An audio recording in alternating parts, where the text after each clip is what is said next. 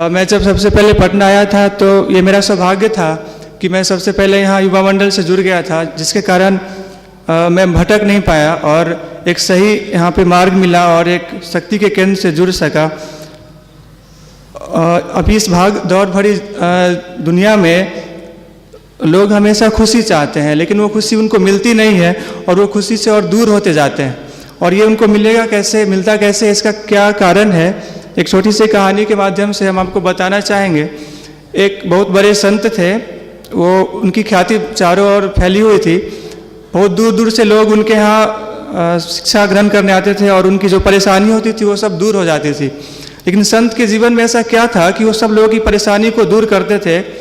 एक व्यक्ति उनके पास आता है सीखने के लिए, और जब वो आता है तो उस समय संत पंछियों को दाना चुगा रहे होते हैं तो और वो खड़ा हो जाता है, लेकिन संत उसकी ओर देखते भी नहीं हैं और वो कुछ देर तक खड़ा रहता है वैसे ही, और वो अपने मज़े में दाना चुगा रहे होते हैं पक्षियों को, और पक्षी दाना चुग कर बहुत मज़े में खा रहे होते हैं। और यह देख कर के संत बहुत एक बच्चे की तरह खुश होते रहते हैं। तो वो आदमी, उसकी धैर्य ख़त्म हो जाती है, फिर वो संत की तरफ बढ़ता है। तो फिर संत क्या करते हैं, उस दाने की जो टोकरी है उसकी ओर थमा देते हैं, बोलते हैं कि तुम भी अब इन पंछियों के साथ मज़े करो। और वो व्यक्ति पंछियों को दाना चुगाने लगता है, लेकिन मन ही मन सोचता है कि देखो, मैं इस संत के पास आया था आध्यात्मिक साधना का रहस्य जानने, और ये मुझे पंछियों को टोकरी में दाना चुगाने के लिए बोल रहे हैं। जैसे कि यहाँ पर भाई लोग आते हैं तो उन्हें बोला जाता है कि आप साधना करो, ध्यान करो, तो उनको शुरू शुरू में समझ में नहीं आता है कि हम ये क्या कर रहे हैं और क्या करने के लिए कहा जा रहा है।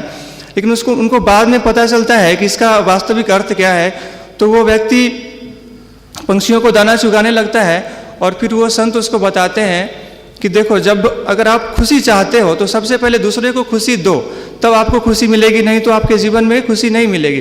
लेकिन लोग करते क्या है, दूसरे की खुशी छीनकर खुद खुश होना चाहते हैं, जिससे उनके जीवन में क्या परेशानी आने लगती है। अभी के जीवन में लोग इतने अपने कामों में उलझ जाते हैं कि उनको फिर अपने पता ही नहीं है कि हमें वास्तविक जीवन में करना क्या होता है।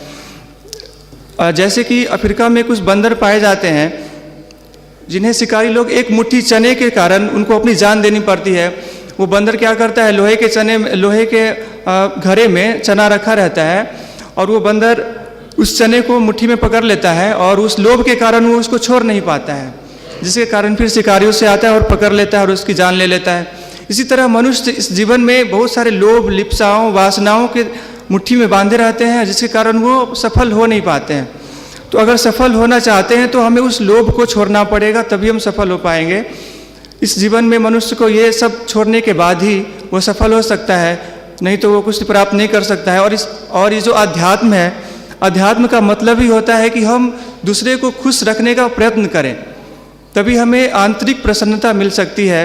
और इस अध्यात्म के क्षेत्र में हमें एक ही चीज़ छोड़ना है, और वो है हमारी क्षुद्रता। क्षुद्रता मतलब वासना, लोभ, लिप्सा, ये जो भी चीज़ें हैं। और ये सब चीज़ छोड़ने के बाद हमें बस मिलती है सफलता और आंतरिक सुख। हमें अपने जीवन को खिलाड़ी की तरह जीना चाहिए। जिस तरह खिलाड़ी जीते हैं खेल भावना में, उन्हें हार और जीत की कोई चिंता नहीं होती है कि हम हारेंगे या जीतेंगे, बस वो अपना खेल खेलते हैं। जैसे अभिनेता अपनी पार्ट को प्ले करते हैं, और ये कैसा हुआ, अच्छा या बुरा, उन्हें पता नहीं होता है।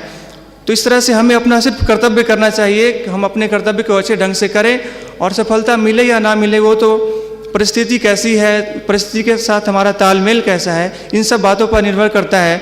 तो अगर हम खुश रहना चाहते हैं तो हमें सफलता और असफलता दोनों में समान भाव रखना चाहिए, तभी हम खुश हो पाएंगे। और आप लोगों का और हमारा सौभाग्य है कि हम इस शक्ति से जुड़े हुए हैं, जिसके कारण हमारा जो भी भटकाव है, भटकते हुए भी अगर हम हैं तो हम उसको ठीक कर सकते हैं। इन्हीं शुभकामनाओं के साथ धन्यवाद।